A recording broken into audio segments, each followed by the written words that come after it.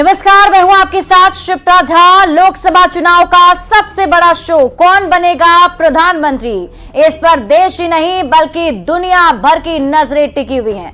ऐसे में हम आपके लिए लेकर आए हैं एक बेहद ही खास पॉलिटिकल शो। इस बुलेटिन में हम आपको 4 अलग अलग सेगमेंट में खबर दिखाते हैं।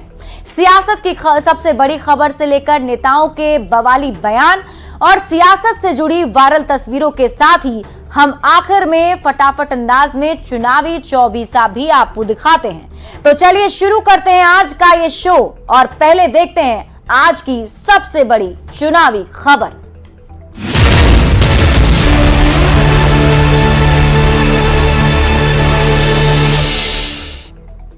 तो सबसे बड़ी प्रधानमंत्री नरेंद्र मोदी की विपक्ष पर जोरदार प्रहार की खबर आपको बताते हैं। सोमवार को संसद के बजट सत्र में प्रधानमंत्री मोदी ने लोकसभा में राष्ट्रपति के अभिभाषण पर धन्यवाद प्रस्ताव दिया। इस दौरान उन्होंने कांग्रेस पर जमकर प्रहार किए। पीएम मोदी ने परिवारवाद को लेकर कांग्रेस को घेरा तो वहीं खुद को सबसे बड़ा ओबीसी नेता भी बताया। पीएम मोदी ने जहां कांग्रेस पर पिछड़ों और गरीबों की विरोधी होने का आरोप लगाया तो वहीं 2024 में अपने तीसरे कार्यकाल का खाका खींचते हुए भारत को दुनिया की तीसरी बड़ी अर्थव्यवस्था बनाने की बात भी फिर से दोहराई। बयानों के जरिए पीएम मोदी का विरोधियों पर वार सुनिए। कांग्रेस के हमारे साथियों को आजकल इस पर बहुत चिंता जताते हैं कि सरकार में ओबीसी कितने लोग हैं, कितने पद पर कहाँ है, उसके हिसाब किताब करते रहते हैं। लेकिन मैं हैरान हूं, उनको इतना सबसे बड़ा ओबीसी नजर नहीं आता है। कहाँ आंखें बंद करके बैठ जाते हैं।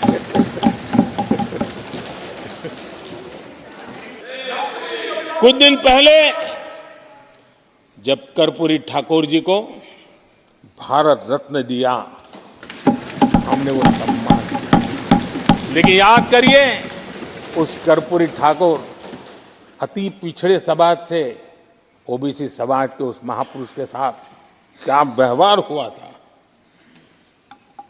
किस प्रकार से उनके साथ जुल्म किया। 1970 में बिहार के मुख्यमंत्री बने तो उनको पद से हटाने के लिए कैसे कैसे खेल खेले गए थे। उनकी सरकार अस्थिर करने के लिए क्या कुछ नहीं किया गया था। तब उन्होंने कर्पूरी ठाकुर को प्रतिपक्ष के नेता के रूप में स्वीकार करने से मना कर दिया। और कारण क्या दिया? वो संविधान का सम्मान नहीं कर सकते। जिस कर्पूरी ठाकुर ने पूरा जीवन लोकतंत्र के सिद्धांतों के लिए, संविधान की मर्यादाओं के लिए खपा दिया, उनका अपमान करने का काम कांग्रेस पार्टी ने किया। परिवारवाद का खामियाजा उठाया है और उसका खामियाजा खुद कांग्रेस ने भी उठाया है। अब अधीर बाबू की हालत हम देख रहे हैं। वरना ये समय था संसद में रहने का, लेकिन परिवारवाद की सेवा तो करनी पड़ती है।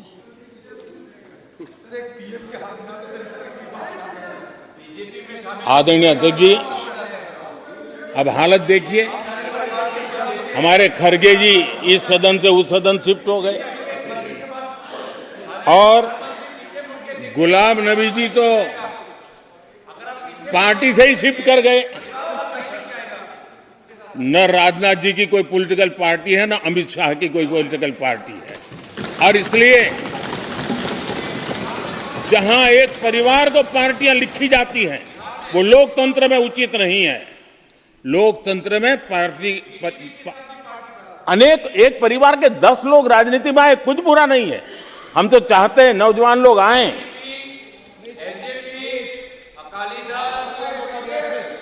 हम भी चाहते हैं ये इसकी चर्चा करिए। हमारे साथ, आपके साथ मेरा विषय नहीं है। देश के लोकतंत्र के लिए परिवारवादी राजनीति, पारिवारिक पार्टियों की राजनीति, ये हम सबकी चिंता का विषय होना चाहिए। समाज के सब वर्ग नहीं होते हैं क्या? देश की बीमारी की बात होती है, देश की सभी नारी नहीं होती है। कब तक टुकड़ों में सोचते रहोगे? कब तक समाज को बांटते रहोगे? सब सीमा करो, सीमा करो। बहुत तोड़ा देश को।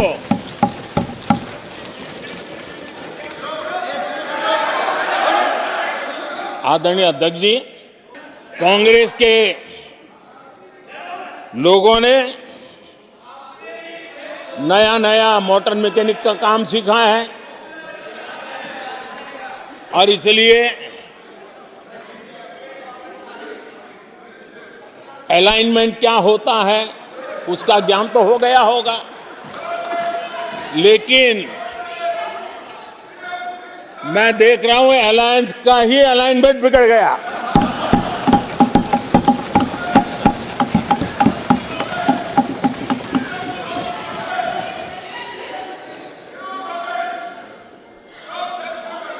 इनको अपने इस कुनबे में अगर एक दूसरे पर विश्वास नहीं है तो ये लोग देश पर विश्वास कैसे करेंगे? और इसीलिए मैंने कहा है कि हमारे तीसरे टर्म में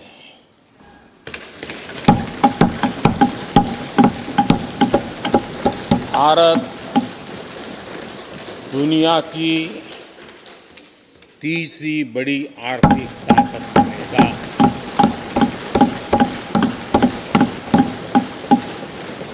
और ये मोदी की गारंटी है।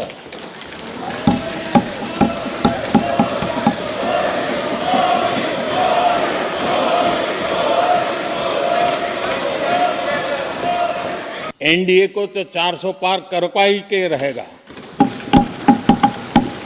लेकिन भारतीय जनता पार्टी को 370 सीट अवश्य देगा।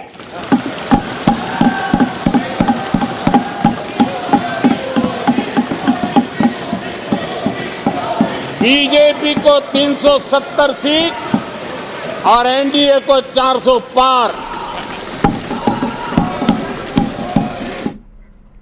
वहीं झारखंड विधानसभा में चंपाई सोरेन सरकार ने विश्वास मत हासिल कर लिया है। सरकार के पक्ष में 47, विपक्ष में 29 विधायकों का मत पड़ा। राज्यपाल के भाषण के बाद गर्मागर्म बहस के बाद वोटिंग की बारी आई और विश्वास प्रस्ताव 47 विधायक के समर्थन के साथ ही पास हो गया। हालांकि चर्चा के दौरान सदन में सत्ता पक्ष के निशाने पर बीजेपी रही। ईडी की सुरक्षा में विधानसभा की कार्यवाही में हिस्सा लेने पहुंचे पूर्व सीएम हेमंत सोरेन ने बीजेपी को खुली चुनौती देते हुए कहा कि यदि जमीन घोटाले में उनका नाम होगा तो वे सियासत से संन्यास ले लेंगे। सोमवार को झारखंड विधानसभा में क्या कुछ हुआ, इस रिपोर्ट के जरिए समझिए। मैं आंसू नहीं बहाऊंगा, आंसू वक्त के लिए रखूंगा। आप लोगों के लिए आंसू का कोई मतलब नहीं।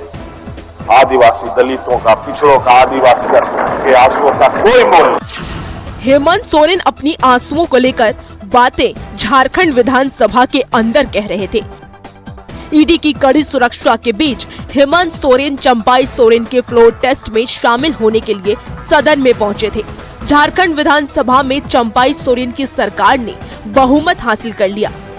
ये सभा वर्तमान मंत्रिपरिषद में विश्वास प्रकट करती है का प्रस्ताव पारित हुआ।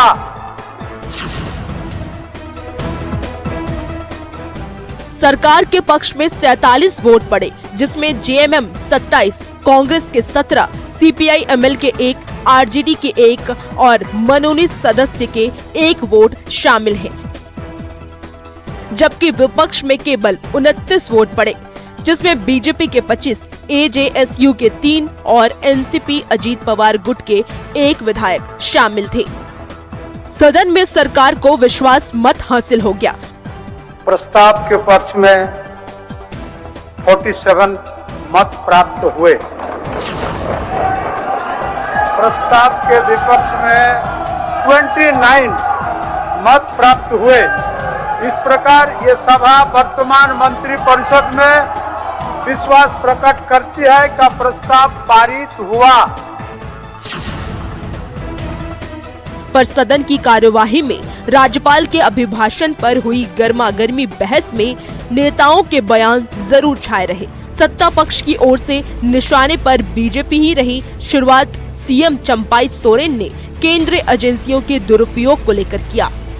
आज मुख्यमंत्री आते हुए जमीन का घोटाले के बाद जिसका खाता न बही में लिखा हुआ हेमंत बाबू के नाम पर, और उसी के नाम पर आज उनको जेल तक जाना पड़ा। फिर बारी आई पूर्व सीएम हेमंत सोरेन की। हेमंत ने खुलेआम बीजेपी को चुनौती देते हुए कहा है कि यदि जमीन के कागजात में उनका नाम पाया गया तो वो सियासत छोड़ देंगे। अगर है हिम्मत सदन में तो कागज पलट कर दिखाए कि 8.5 एकड़ का जमीन हेमंत सोरेन के नाम पर है। अगर होगा मैं उस दिन से राजनीति से इस्तीफा दे दूंगा। इनके एक एक सवालों का जवाब और एक एक इनके षड्यंत्र का जवाब वक्त आने पर बड़ी माकूल तरीके से दिया जाएगा। यही नहीं, हेमंत ने खुद की गिरफ्तारी को लेकर निशाना सीधे राजभवन पर भी साधा और 31 जनवरी को ब्लैक डे बताया। 31 तारीख रात को देश में पहली बार किसी मुख्यमंत्री का या पूर्व मुख्यमंत्री का या किसी भी व्यक्ति का राजभवन के अंदर गिरफ्तार हुआ हो, गिरफ्तारी हुई हो, मेरे संज्ञान में नहीं है। ये मुझे लगता है ये पहला घटना है और मुझे लगता है इस घटना को अंजाम देने में कहीं ना कहीं राजभवन भी शामिल रहा है। सत्ता पक्ष के वार पर पलटवार विपक्ष की ओर से किया गया। बीजेपी नेता और नेता प्रतिपक्ष अमर बावरी ने कहा है कि भ्रष्टाचार की वजह से ही झारखंड में सरकार को जाना पड़ा। तो वहीं आजसू नेता सुदेश महतो ने आरोप लगाया है कि सरकार ने स्थानीय और नियोजित नीति नहीं बनाई। साथ ही कहा कि पेपर लीक जैसे गंभीर मसले पर गिरफ्तारी करने से सरकार बच रही है। 4 साल में ही जो सरकार चले गई, त्याग पत्र दिया, किसी ने बर्खास्त नहीं किया, प्रेसिडेंशियल रूल नहीं लगाया, राष्ट्रपति शासन नहीं लगाया। और जो सरकार गई हेमंत दा की, वो भ्रष्टाचार के संगीन आरोपों के कारण गई है। स्थानीय नीति बनेगा, नियोजन नीति बनेगा, विस्थापित नीति बनेगा। 4 साल में नीति तो नहीं बनी। आप ही का इसी सरकार में 30 नवंबर 2023 को एक अलग से पेपर लीक होने पर एक कानून बनता है। आप कानून बनाते हैं कि भाई पेपर लीक हुआ तो उम्र कैद, नहीं तो 10 करोड़ रुपया तक का जुर्माना लेंगे। आपकी ईमानदारी इसी में डोल जाती है कि अपने ही खुद बनाए हुए कानून पर एक एक्शन तक नहीं लिए। चंपाई सोरेन की सरकार ने सदन में बहुमत भले ही हासिल कर लिया हो, पर जिस तरह से सत्ता पक्ष और विपक्ष के बीच वार पलटवार जारी है, उससे नहीं लगता है कि हेमंत सोरेन की गिरफ्तारी के बाद झारखंड की सियासत शांत होने वाली है।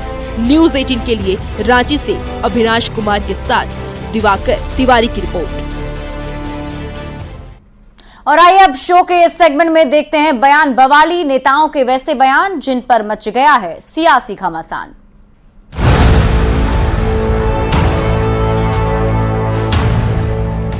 शिवसेना यूबीटी के सांसद संजय राउत ने प्रधानमंत्री मोदी पर बड़ा हमला बोलते हुए कहा कि पीएम बार बार महाराष्ट्र की यात्रा कर रहे हैं। लगभग पूरी मुंबई लूट ली गई है।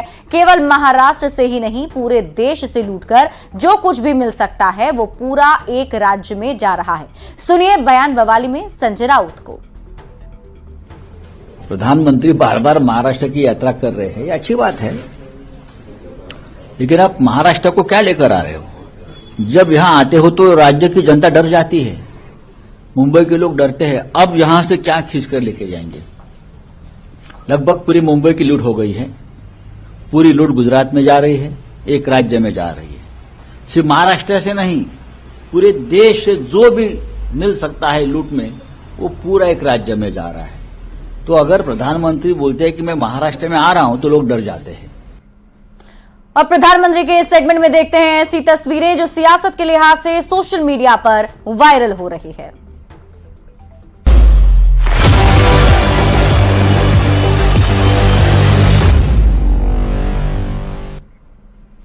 रांची सर्किट हाउस में जलेबी बनाती दिखी कांग्रेस विधायक दीपिका पांडे। दरअसल विश्वास मत हासिल करने के बाद महिला ने इसी जलेबी से अपने सहयोगियों का मुंह मीठा कराया। विधायक जी की जलेबी बनाने की तस्वीर सोशल मीडिया पर वायरल है।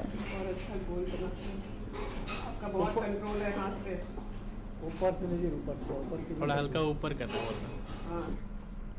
और फिलहाल इस बुलेटिन में अभी के लिए बस इतना ही। आप देखते रहिए न्यूज़ 18 बिहार झारखंड।